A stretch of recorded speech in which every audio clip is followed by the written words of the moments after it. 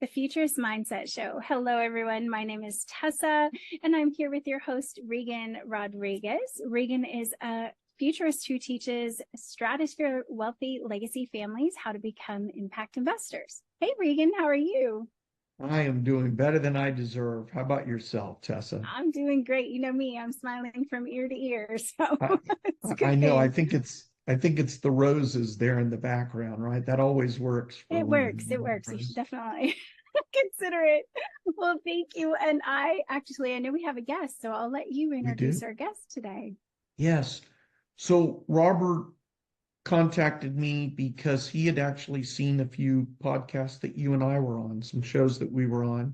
He also knew about my background and specifically a lot of the projects that we work on. So because of the fact that we do more construction versus an acquisition of an existing building or whatever, he wanted to kind of pick my brain on a few things. And we did talk for a big portion on real estate. I told him some reasons why I'm kind of against that. And so it just that expanded his mind a little bit more. And as I mentioned to you right before we hit the record button, since then we've had some great conversations. Yesterday you and I talked, and I'll never forget, Robert, you said, just you calling made me happy. And I didn't know what else to say other than I said, well, me too. Me too. So on that note, Robert, why don't you tell them a little bit about you and anything else that you think people might want to know?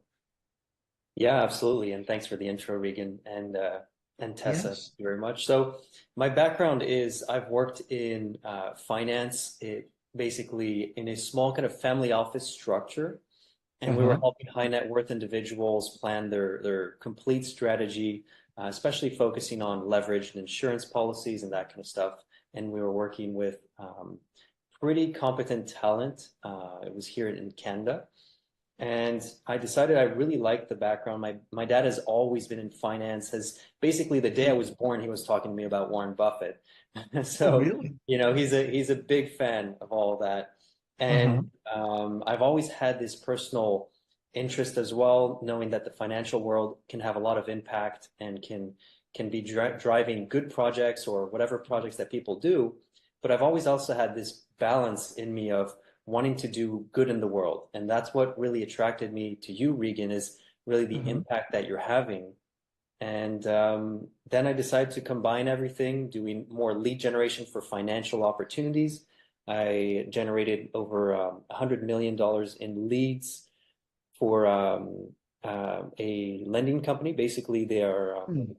lenders in, they do basically lending for dentists or specific verticals. So I just Uh-huh. focused on the lead generation side, and I really like the whole communication, which is why, the whole podcast thing is something I Yeah. really enjoy a lot.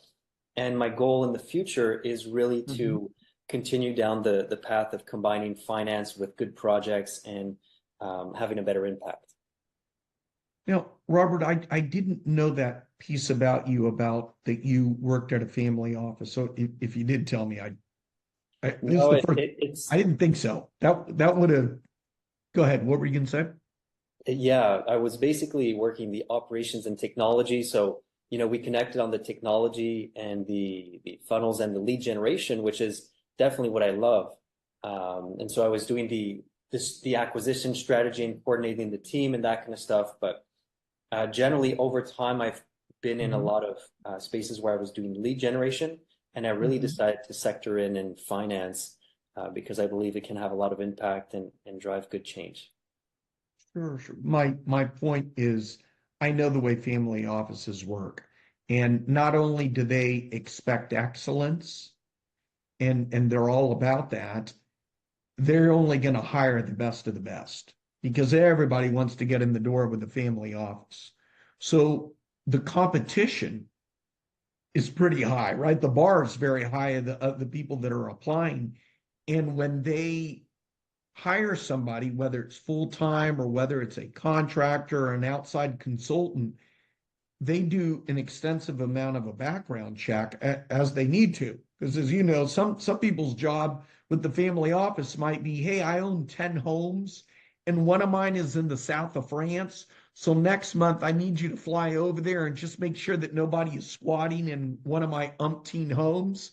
So when you think about that, people say, oh, wow, I'd love to have a job like that. And I always say to people like that, do you know what that person had to probably go through to get that job? He had to really prove himself. So Tessa's been learning a lot about that family office space and how, let's use that term, exclusive it is with who they bring in. So that's, as you know, Tessa, that's impressive that Robert, may I ask, Robert, how you got in the door? I'm going to assume it must have been a referral of somebody that knew you. What was great is so it was a family office kind of structure here in Canada. So it wasn't the Now, US. was it single family office or was it a conglomerate of other families? Yeah, so we were helping high net worth individuals plan their legacy, basically. So we were Gotcha. going Okay. everything through all their whole strategy from trust to companies to holding companies. And why I say it was a family office structure is because we really in some way mimicked the family office structure, but we weren't per se, as in the US, you have family offices. So what we were doing is we were working with one of the best renowned experts on family trusts in Canada, who was the direct advisor for our office and team. Uh-huh. And then we were focused really on the whole batch of assets of the client, and we were managing it from end to end. So that's why I'm saying it was kind of a turnkey service that we were doing for them, also including, creating their companies with the right documentation built by our specialist lawyer. So it was a family office structure, but per se, it wasn't me joining a family office, because what happened was I was working in a firm, and basically I met one of the guys who was the best advisor there. And I Uh-huh. clearly saw this immediately. And he saw Yes. my strength in operations and in marketing and technology. And he decided that we should create a firm together.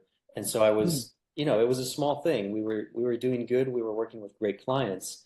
But it was definitely an enjoyable experience. So I wouldn't say I was part of one of the big family offices or anything like that. Right. Yeah. No, that's I'm glad that you brought that up because I wanted people to know about your background. Again, you don't get hired and you're being humble again because you don't get hired into something like that unless you do have proof that you're trustworthy. So let's kind of get started on some questions I know I want to ask you just because we both seem to have a passion for at least providing sustainable housing, affordable housing. So what's the future that you see in construction, Robert? Yeah, so my brother and I, for the Uh-huh. for the longest time, I would say even for me, it's been 10 years that I've been really diving into the alternative technology and alternative methods of construction. And Yes. what I've been fascinated by is um, essentially building with very local materials. And as we've Uh-huh. seen in COVID, prices for materials have doubled, tripled, and Yeah, it no was a very kidding. challenging time. And so my passion for something sustainable and healthy combined with building locally, which is the project we have, it's a few $1 million project my brother is building.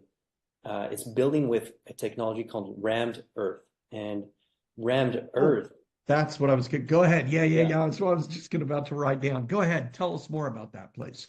Rammed earth is a fascinating thing. It's basically been around since forever. It's a technology that's very, very close to what they use for the Great Wall of China, which is still standing, meaning 1,000-year technology.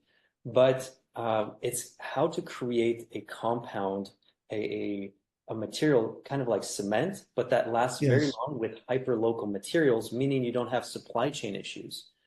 Um, so it's, Okay. it's very cool, hyper aesthetic as well.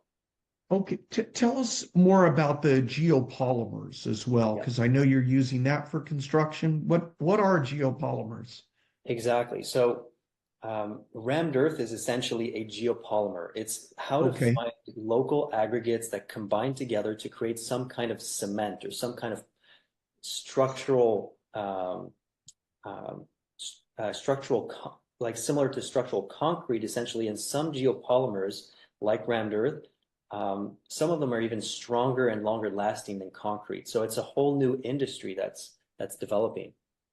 Is it similar to like Adobe, where I've seen people that they get dirt, gravel, sand, mix it up, and you is it similar to that? It would be an evolution of that. It's a combination of those. Sometimes people use fly ash as well, which is a better binder and it creates a chemical transformation of the material for stronger binding.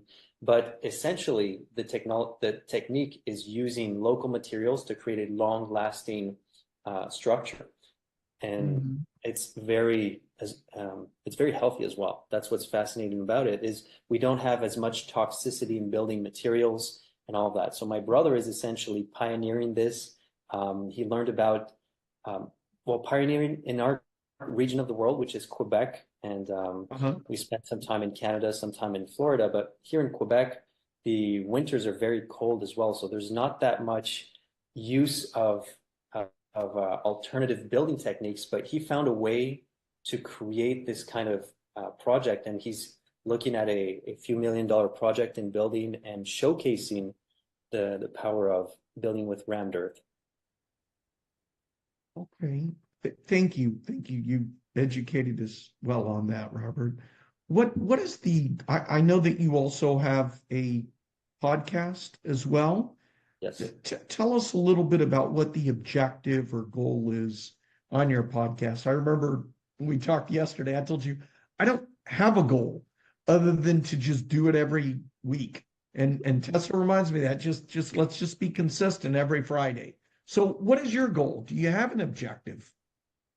Well, it's funny you mentioned that, Regan, because my goal is the same as yours. It's just to consistently have great conversations with great people, share a good message that impacts the world. And that's what I love. I love having great conversations and holding the space for that. So it's basically, I've been doing podcasts for a lot of clients in the past with I was helping them when it was basically consulting mode, when I was more in the Mhm. marketing space. So I helped actually Yeah. some people with their content, some family offices actually, some people in the family office space with their content. But my goal is now to really focus on mine and use the podcast to build relationships and to share good messages on a large scale. I'm Thank you for mentioning that. We were talking about before Tessa hit the record button, Frank Reagan. And I mentioned to you, he really is one of the most, if not the most intelligent man I know, really is. And in June, I flew to Ohio, met with him face to face, and I was just telling him the kind of uphill battle I'm dealing with this new fund with Worthy Futures. And I said, what advice can you give me? And he said, I think you've got a good thing going with those weekly podcasts. And I said, really? Well, why? And how does that go together with this? And he said, well, that owner of a family office or the guy that manages that family office may not want to schedule a Zoom meeting with you if you said, hey, can I talk to you about this investment? But if instead you said, hey, I run a podcast every week, love to have you on there and you can promote whatever it is that they might be passionate about, right? You might see something on their LinkedIn profile or something. He said, then from there, they get to know you. And then it's just a natural fit that they're going to say, and by the way, Reagan, this was nice of you that you had me on and I was able to promote myself, but you never even told me what you do. What do you do well? I mean, that's like saying sick him to a dog. I mean, I'm in now. I mean, warning, right? Now I'm going for it. So that's I think also what you're kind of seeing is that you're gonna make acquaintances with a lot of people, and some might lead to something, some may not. And very similar to like you and I when we met. Sometimes there are times, here's what I realize in life, not everybody can be your friend. Really, not everybody can be your friend. And we all each only have so much time in a given day. However, sometimes, and Tessa, you might relate with this as well, there might be someone that you meet and there's like this tuning fork. And somehow, some reason, you guys just seem to hit it off. Yeah, So I absolutely. remember when Robert and I had our first kind of call or talk at the very end, he said, I've heard something about you. And I said, well, what's that? And he goes, I hear you've got this like favorite coffee shop in Miami. Yeah, hint, hint. He was like, will you take me there? I said, I do. And when you're in town in Miami, I'll take you to my first favorite and my second favorite. So, When I go to visit Regan, I'm going to do the same. I'm going to come oh take you yeah, there yeah, too. yeah, yeah. Uh, Robert, Tessa's got me on this thing called mud water. Do you know what that is? Oh, is that an alternative to coffee? It Oh, it's is. an alternative. All right. Yeah. Go ahead, Tessa. Let them know. It's mushrooms and Mushroom. Yeah. Yeah. everything good for you, but it does take away some of that jitters from coffee. But you still have to enjoy coffee every now and then. I didn't say the other day, I put a thing of espresso with the mud water as well. So Like I'm I getting the benefit combined. and coffee. Yes, Yeah, yeah, 100%. yeah. Yeah, I I think had So both. you go extra on the sugar. Is that correct, Regan? it's more of I a like to Cuban put coffee. sugar in it. Yeah. And honey I like to put in it too. I'll tell you what I put the other day with the mud water is I was making some pancakes. It was on a Saturday. And I thought, okay. And I thought, what about sugar? I just grabbed the same syrup that I was using on the pancakes, went like this. It's beautiful. It's great. Sure it was. My teeth hurt just talking about it. So I think we're done. Anything else, Robert? Anything you want to add before we finish up?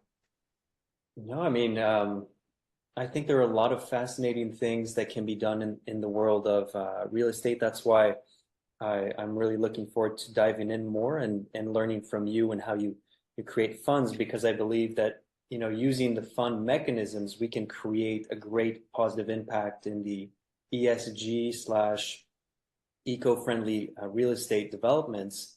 And I think that'll have a great positive impact on the world. And so that's why I think, we've got to leverage everything we can. And do you know Naval Ravikant? Do you? I don't. I don't know who that is. He's Who is that, Robert? so he's sold. He's a pretty popular influencer in Silicon Valley. Essentially, he's Uh-huh. sold some big companies, and now he's advising and he's giving a lot of advice. And he says there are four sources of leverage. There's capital, collaboration, so people, code, Mm. and content. And so, on that note, Regan, when you speak about how important it is to have a podcast and to be consistent, I believe that over time, if people want to really grow and have a greater impact, they can use those four levels of leverage as you are, to also have a greater impact. Well, Mm. and And one of yeah, go where ahead, can Tess. people follow you if you want them to There we go. connect with you? So pretty much everywhere I'm at Robert J. Sands. Okay, beautiful. The third. The third, but I don't put it in my little. So at Robert J. Sands, and we'll make sure that it is on the screen for y'all. And thank you so much. It's been lovely having you. Thank you so much for having me. It's always great speaking. And Tessa, it's very great to meet you as well for the first time on the podcast. But Regan, definitely always a pleasure. Thank you. You as well. And if you want to see what Regan does or find out more about the fund that he has, you can visit his website, Fifth Avenue Capital, 5THAAVC.com. The portfolio has amazing projects that we've got going on, and you can click any of the buttons to connect with Reagan and book a time. So we'll see you all next week. Have a great week.